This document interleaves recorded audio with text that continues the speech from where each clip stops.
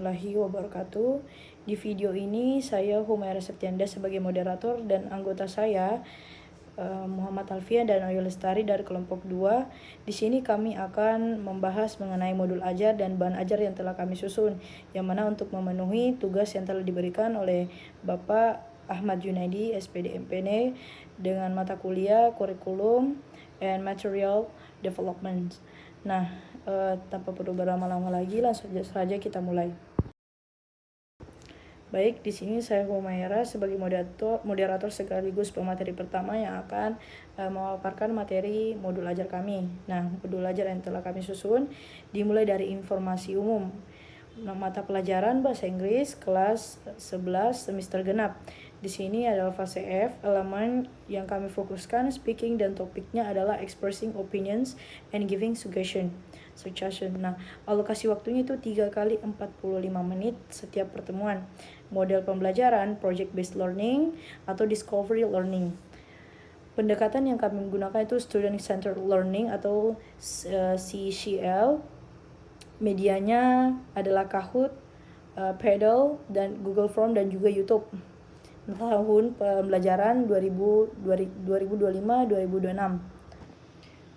Terus dilanjut oleh identifikasi atau analisis kebutuhan peserta didik. Yang pertama ada kompetensi awal, yaitu siswa diharapkan memiliki dasar pengetahuan vocabulary dan grammar, memahami simple atau compound sentence, dan pernah berkomunikasi sederhana, dan juga mampu menyimak percakapan. Nah, analisis ini tuh menunjukkan inquiry behavior siswa. Penting karena menentukan tingkat kesulitan materi, menjadi dasar penyusunan aktivitas. Terus ada profil pelajar Pancasila, yang mana di sini meliputi bernalar kritis atau mereka mampu menganalisis opini. Yang kedua kreatif, mereka bisa mampu membuat dan mengungkapkan pendapat mereka. Yang ketiga gotong royong dalam kerja kelompok, mandiri untuk tugas individu, dan berbinekaan global atau diskusi isu global. Nah, analisis itu tidak hanya mencantumkan dimensi tapi juga mengimplementasikan dalam pembelajaran. Di sini profil tidak hanya konsep tetapi juga integritas dalam keaktivitas. Terus ada desain pembelajaran. Nah, yang pertama itu capaian pembelajarannya, yang mana fokus pada komunikasi lisan, menyampaikan opini dan pendapat, terus menggunakan struktur dan kosakata yang tepat. Mereka juga mampu merespons secara efektif. Nah, ini adalah target akhir pembelajaran.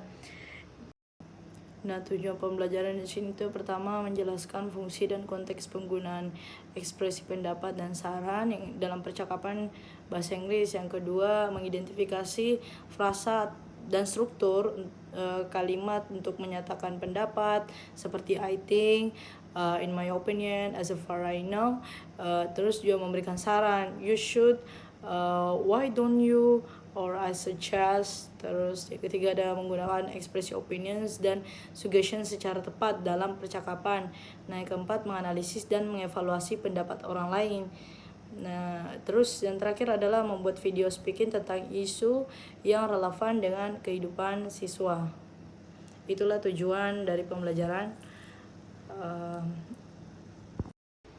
Terus ada strategi diferensiasi, mana ada konten atau materi berbeda, proses cara belajar berbeda, produk atau hasil berbeda, dan lingkungan dukungan yang berbeda.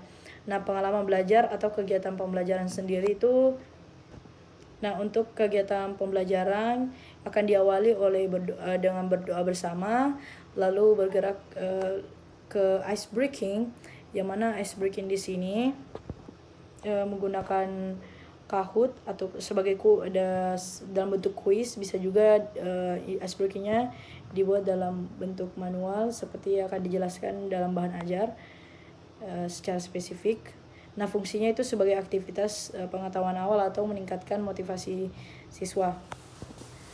Setelah focus time atau ice breaking akan dilanjut dengan kegiatan literasi atau let's think, di mana di sini mereka akan dipancing untuk berpikir, berkritis. Nah, dengan begitu mereka akan mampu mengemukakan pendapat mereka, opini mereka sebelum masuk ke materi utama. Nah, terus akan kami menggunakan media scan seperti Google Form juga, ada website juga. Setelah itu akan masuk ke materi yang mana kami akan memaparkan materi pembelajaran melalui YouTube sebagai media ajar. Nah, mana itu merupakan persepsi atau motivasi dalam pencapaian tujuan dan pembagian kelompok. Itu adalah mengarahkan fokus belajarnya. Nah, masuk ke eksplorasi atau discovery learningnya itu menonton video tadi, terus mengidentifikasi ekspresi melalui pendapat mereka dalam belajar yang mana sesuai dengan materi yang diajarkan. Terus ada diskusi Padlet yang akan dibagikan melalui link. Nah, setiap adanya pembagian kelompok yang bisa diakses oleh para siswa. Nah, setelah kegiatan menanyakan opini mereka akan diberikan instruksi untuk mencari pasangan dalam berdialog praktik. Nah, yang mana setiap kelompok akan yang berpasangan tersebut akan mendapatkan dialog yang mereka praktikkan. Terus ada juga group task yang mana tugas dalam bentuk grup. Melalui pembagian kelompok tadi di sini fokusnya adalah role play atau flashball discussion yang berfokus pada interaksi, argumentasi dan speaking aktivitas. Nah, kreasi PJBL-nya sendiri tuh membuat video Flipgrid. Ini adalah produk nyata atau authentic task dalam penerapan keterampilan. Untuk asesmen pembelajarannya, yang pertama formatif itu ada observasi, Kahoot, diskusi atau peer feedback. Nah, tujuannya itu memantau perkembangan siswa. Dan sumatif atau hasil akhir, di situ ada rubrik 5 aspek, yaitu pronunciation, vocabulary, fluency, content, confidence. Nah, penilaiannya itu objektif pakai rubrik atau komprehensif. Nah, penilaian tambahan seperti peer assessment atau self assessment dan portofolio ini menunjukkan penilaian tidak hanya dari guru. Nah, pengayaan dan remedial sendiri atau siswa yang lemah dalam belajar itu ada opsi word bank, sentence trackers, video lebih pendek, dan boleh lihat catatan pendamping lebih intens. Fokusnya itu membantu pemahaman dasar. Untuk remedial, untuk pengayaan sendiri atau siswa advance, bahasa dekat, formal, memimpin diskusi, video lebih kompleks, tantangan tambahan yaitu mengembangkan kemampuan lebih tinggi. Nah, adapun kesimpulan mendalam itu modul ini menerapkan HOTS, diferensiasi, teknologi, pembelajaran aktif, dan penilaian bersifat holistik, autentik, berbasis proses dan produk. Nah, kelebihan utamanya interaktif dan modern, berpusat pada siswa dan menggunakan teknologi secara optimal sebagai kebutuhan pembelajaran. Untuk pemaparan dan pembahasan mengenai bahan ajar akan dijelaskan oleh anggota saya, yaitu Muhammad Alfian dan Ayu Lestari. Okay, so this material is expressing. Okay, so this material is expressing opinions and giving suggestions. Jadi pada bahan ajar di sini adalah bahan ajar dari kelompok 2 yang terdiri dari anggota kelompoknya, yaitu pertama ada Ayu Lestari, yang kedua adalah Humaira Septiananda, dan yang ketiga saya sendiri yaitu Muhammad Alfian. Jadi pada materi yang kami angkat kali ini adalah, atau bahan ajar yang kami angkat kali ini adalah expressing opinions and giving suggestion. Jadi bahan ajar kali ini adalah berfokus kepada speaking dan targetnya itu adalah kelas 11 SMA atau kelas 2 SMA. Oke, next slide is. Jadi next slide itu adalah before study let's pray. Jadi sebelum memulai untuk pembelajaran, ada baiknya untuk siswa untuk melakukan berdoa sebelum melakukan pembelajaran, supaya ini berfungsi juga untuk melancarkan otak untuk mengikuti pembelajaran dan fokus untuk mengikuti Oke, setelah berdoa, kita next ke ice breaking. Nah, jadi ice breaking ini adalah ketika saya berikan instruksi, jika kalian setuju, kalian bisa menepuk tepuk tangan seperti ini. Dan ketika kalian tidak setuju ataupun tidak sepakat, kalian bisa mengangkat kedua bahu seperti ini. Dan jika netral ataupun tidak setuju, setuju dan tidak setuju itu kan ada tengahnya itu netral. Jika kalian netral pada teks itu, kalian bisa angkat satu tangan. Ya, I think that's oke.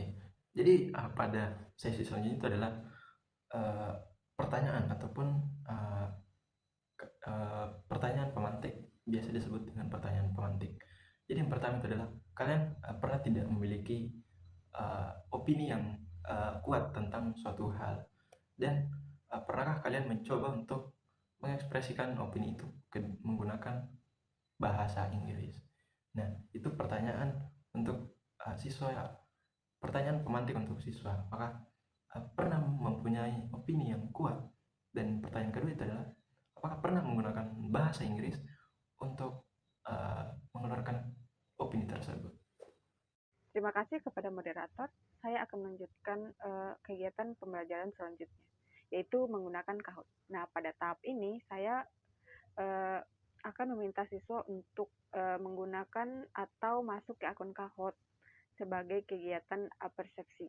Siswa diminta membedakan antara fakta dan opini melalui kuis interaktif.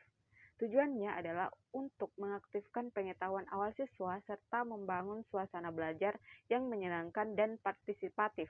Selain itu, kegiatan ini juga menjadi dasar sebelum siswa masuk ke materi expressing opinion. Selanjutnya, siswa akan melakukan aktivitas to truth and a lie melalui QR code Padlet. Siswa menuliskan 2 fakta dan 1 kebohongan tentang diri mereka, lalu siswa lain menebak dengan memberikan pendapat. Nah, kegiatan ini bertujuan untuk melatih kemampuan berpikir kritis serta mulai membiasakan siswa menggunakan ekspresi opini secara sederhana dalam konteks nyata. Nah, kegiatan selanjutnya. Pada tahap ini, siswa menonton video debat mengenai topik penggunaan seragam sekolah. Melalui video ini, siswa mendapatkan contoh otentik penggunaan bahasa dalam menyampaikan opini dan argumen. Selain itu, siswa mengerjakan Google Form untuk mengidentifikasi opini, memahami isi argumen, serta melatih kemampuan listening comprehension. Kegiatan ini mengintegrasikan keterampilan menyimak dan berpikir analisis. Nah, selanjutnya itu explaining atau concept building atau clarification. Nah, setelah siswa Nah, selanjutnya itu explaining, concept building atau clarification. Setelah siswa mendapatkan pengalaman dari aktivitas sebelumnya, saya memberikan penjelasan konsep di sini.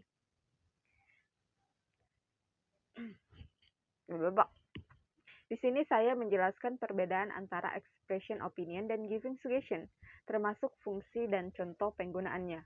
Tahap ini berfungsi untuk memperkuat pemahaman siswa berdasarkan pengalaman belajar yang sudah mereka lakukan sebelumnya.